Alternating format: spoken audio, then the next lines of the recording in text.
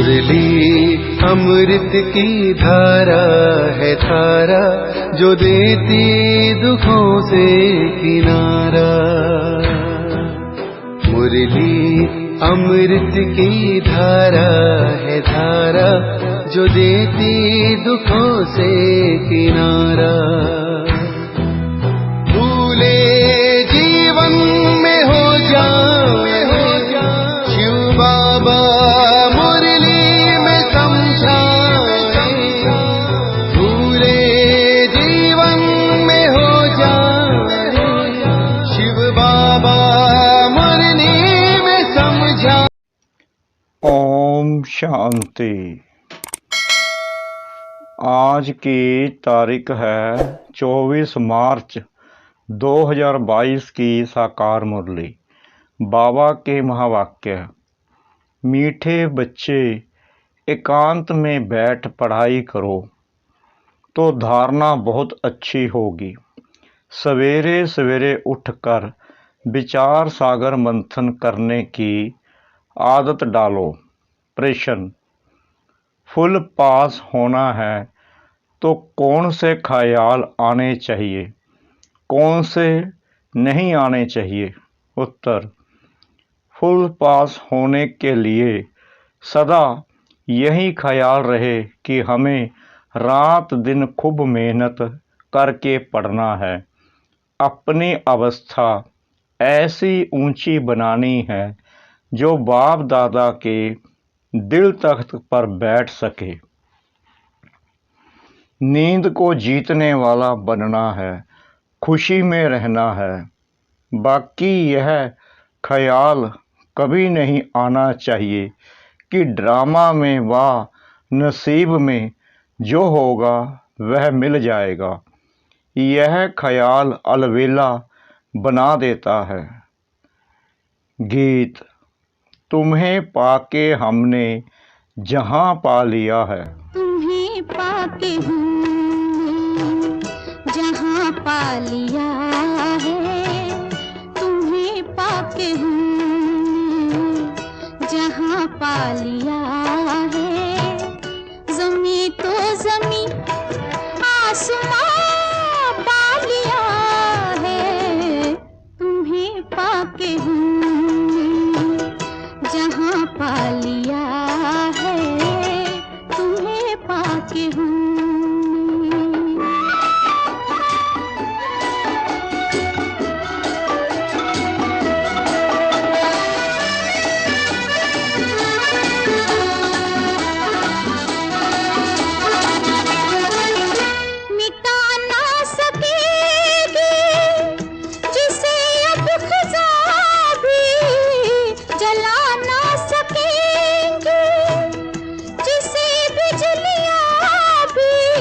ओम शांति।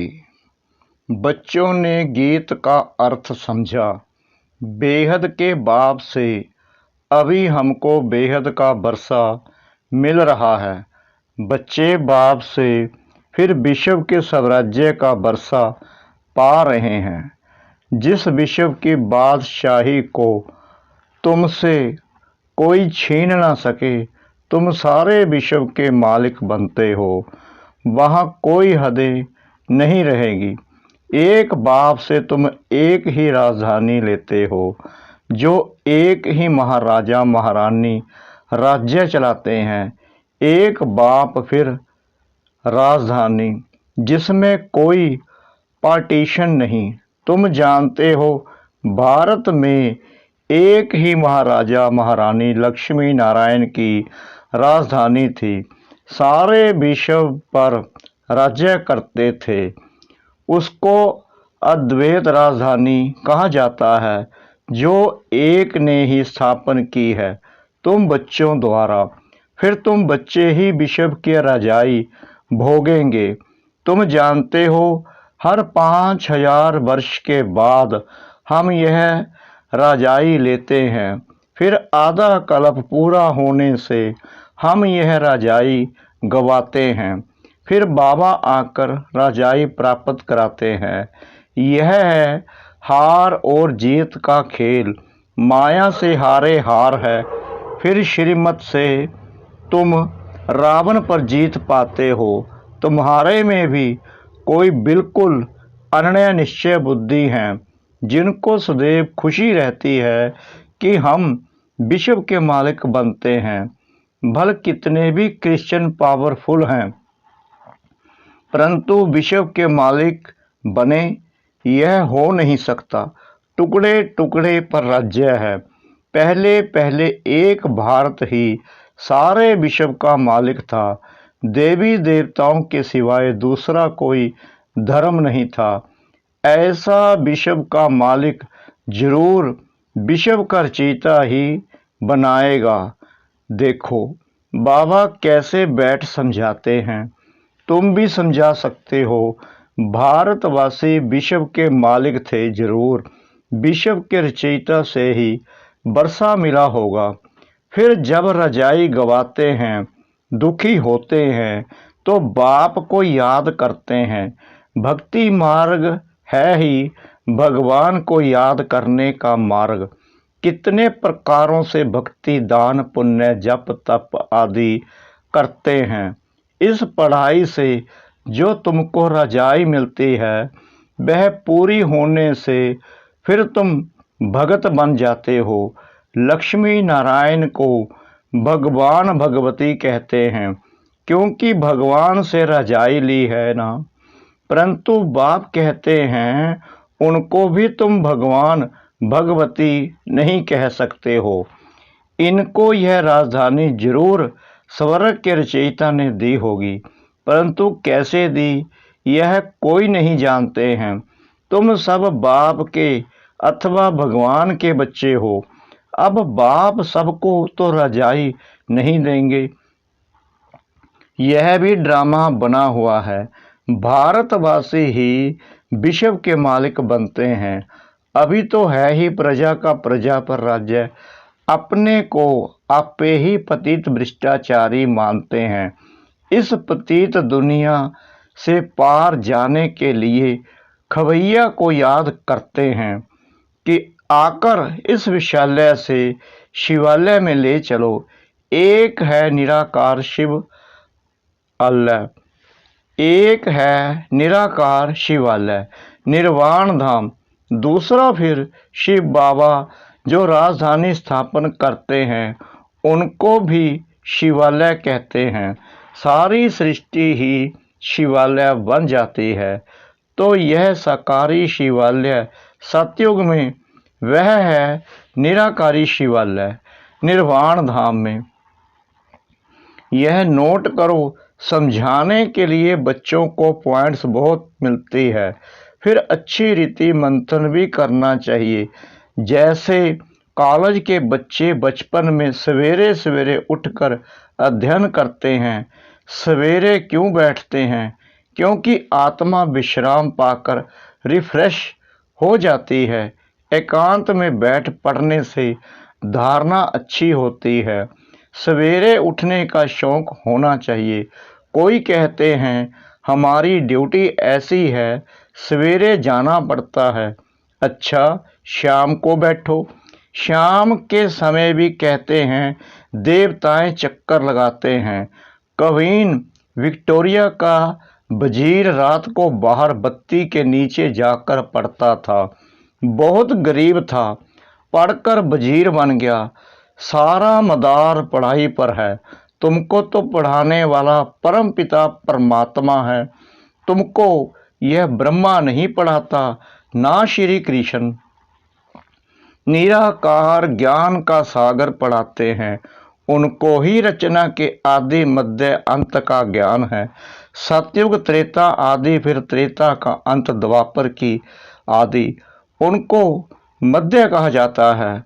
यह सब बातें बाबा समझाते हैं। ब्रह्मा सो विष्णु बन 84 जन्म भोगते हैं, फिर ब्रह्मा बनते हैं। ब्रह्मा ने 84 जन्म लिए, व लक्ष्मी नारायण ने 84 जन्म लिए। बात एक हो जाती है। इस समय तुम ब्राह्मण वंशावली हो, फिर तुम विष्णु वंशावली बनेंगे, फिर गिरते गिरते तुम शूद्र वंशावली बनेंगे। यह सब बातें बाप ही बैठ समझाते हैं। तुम जानते हो हम आए हैं बेहद के बाप से श्रीमत पर चल विश्व के महाराजा महारानी बनने के लिए। प्रजा भी विश्व की मालिक ठहरी। इस पढ़ाई में बड़ी होशियारी चाहिए। जितना पढ़ेंगे पढ़ाएंगे उतना ऊंच पद पाएंगे। यह बेहद की पढ़ाई है, सबको पढ़ना है। सब एक से ही पढ़ते हैं, फिर नंबरवार कोई तो अच्छी धारणा करते हैं, कोई को जरा भी धारणा नहीं होती है। नंबरवार सब चाहिए। राजाओं के आगे दास दासियां भी चाहिए। दास दासियां तो महलों में रहते हैं, प्रजा तो बाहर रहती है। वहाँ महल बहुत बड़े बड़े होते हैं, जमीन बहुत है, मनुष्य थोड़े हैं, अनाज भी बहुत होता है, सब कामनाएं पूर्ण हो जाती हैं। पैसे के लिए कभी दुखी नहीं होते। पैराडाइज नाम कितना ऊंचा है। एक की मत पर चलने से तुम विश्व के मालिक बन जाते हो।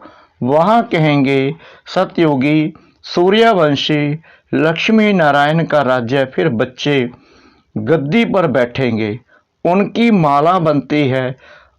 8 पास विद ऑनर होते हैं, 9 रत्नों की अंगूठी भी पहनते हैं। बीच में बाबा, बाकी है 8 रत्न। 9 रत्नों की अंगूठी बहुत पहनते हैं। यह देवताओं की निशानी समझते हैं, अर्थ तो समझते नहीं हैं कि वह 9 रत्न कौन थे। माला भी 9 रत्न की बनती है।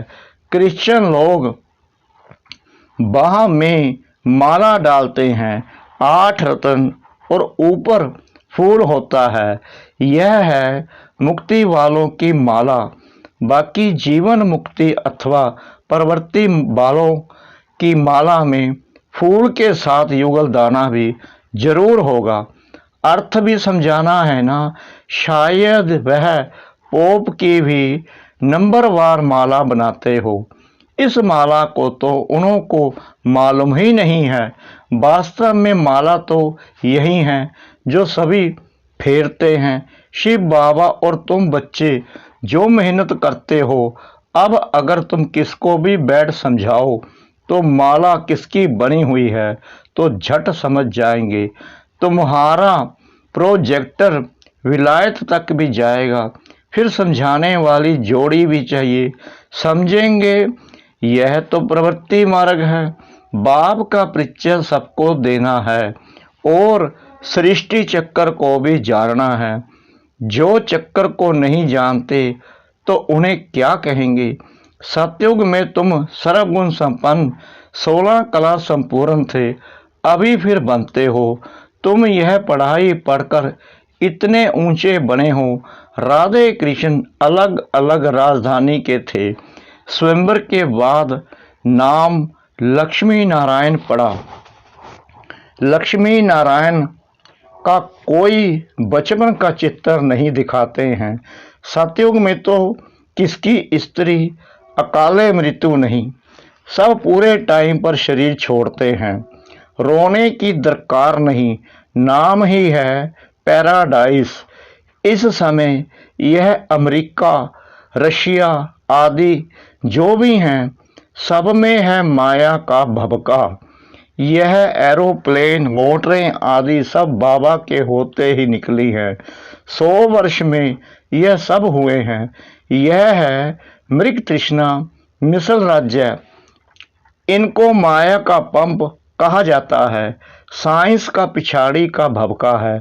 अल्प काल के लिए यह सब खत्म हो जाएंगे, फिर स्वर्ग में काम आएंगे।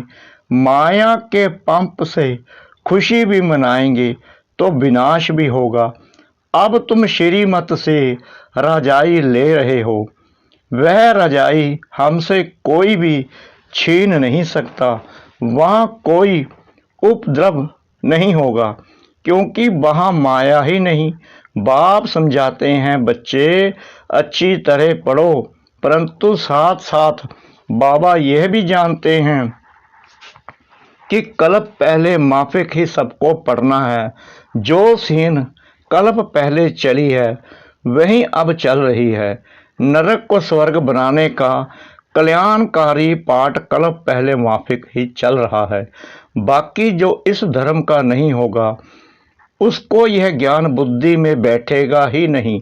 बाप टीचर है तो बच्चों को भी टीचर बनना पड़े। विलायत तक यह पढ़ाने के लिए बच्चे गए हैं। इंटरप्रेटर भी साथ में होशियार चाहिए। मेहनत तो करनी है। तुम ईश्वरीय बच्चों की चलन बहुत ऊंची चाहिए। सतयुग में चलन होती ही ऊंची और रायल है। यहाँ तो तुमको बकरी से शेरनी, बंदर से देवता बनाया जाता है। तो हर बात में निरहंकारीपना चाहिए। अपने अहंकार को तोड़ना चाहिए। याद रखना चाहिए, जैसा कर्म हम करेंगे हमको देख और करेंगे। अपने हाथ में बर्तन साफ करेंगे तो सब कहेंगे कितने निरहंकारी हैं। सब कुछ हाथ से करते हैं तो और ही जास्ती मान होगा। कहाँ अहंकार जाने से दिल से उतर जाते हैं। जब तक ऊंची अवस्था नहीं बनी तो दिल पर नहीं चढ़ेंगे तो तख्त पर बैठेंगे कैसे। नंबरवार मर्तबे तो होते हैं ना। जिनके पास बहुत धन है तो फर्स्ट क्लास महल बनाते हैं, गरीब झोंपड़ी बनाएंगे। इस कारण अच्छी तरह से पढ़कर फुल पास हो अच्छा पद पाना चाहिए। ऐसे नहीं कि जो ड्रामा में होगा अथवा जो नसीब में होगा यह ख्याल आने से ही नापास हो जाएंगे। नसीब को बढ़ाना है, रात दिन खूब मेहनत कर पढ़ना है। नींद को जीतने वाला बनना है। रात को विचार सागर मंथन करने से तुमको बहुत मजा आएगा। बाबा को कोई बतलाते नहीं कि बाबा हम ऐसे विचार सागर मंथन करते हैं, तो बाबा समझते हैं कि कोई उठता ही नहीं है। शायद इनका ही पाठ है विचार सागर मंथन करने का। नंबर 1 बच्चा तो यही है ना। बाबा अनुभव बताते हैं, उठकर याद में बैठो। ऐसे ऐसे ख्याल किए जाते हैं। यह सृष्टि का चक्कर कैसे फिरता है। ऊंचे ते ऊंचा बाबा है, फिर सूक्ष्म वतनवासी ब्रह्मा, विष्णु, शंकर। फिर ब्रह्मा क्या है, विष्णु क्या है। ऐसे ऐसे विचार सागर मंथन करना चाहिए। अच्छा, मीठे मीठे सिकला दे बच्चों प्रति माता पिता बाप दादा का याद प्यार और गुड मॉर्निंग। रूहानी बाप की रूहानी बच्चों को नमस्ते। हम रूहानी बच्चों की रूहानी बाप दादा को श्रद्धा भरी प्रेम भरी नमस्ते। शुक्रिया बाबा, शुक्रिया बाबा, शुक्रिया बाबा इस मीठी मीठी मीठी मुरली के लिए। धारणा के लिए मुख्य सार। नंबर 1, जो कर्म हम करेंगे हमको देख और करेंगे, इसलिए हर कर्म पर ध्यान देना है। बहुत बहुत निर्माण चित्त निरहंकारी बनना है। अहंकार को तोड़ देना है। नंबर 2, अपना नसीब यानी अपनी तकदीर ऊंचा बनाने के लिए अच्छी रीति पढ़ाई पढ़नी है। सवेरे सवेरे उठकर बाप को याद करने का शौक रखना है। वरदान, त्रिकालदर्शी स्थिति द्वारा मूंझने की परिस्थितियों को मौज में परिवर्तन करने वाले कर्मयोगी भाव। त्रिकालदर्शी स्थिति द्वारा मूंझने की परिस्थितियों को मौज में परिवर्तन करने वाले कर्मयोगी भाव। जो बच्चे त्रिकालदर्शी हैं वे कभी किसी बात में मूंझ नहीं सकते, क्योंकि उनके सामने तीनों काल क्लियर हैं। जब मंजिल और रास्ता क्लियर होता है तो कोई मूंझता नहीं।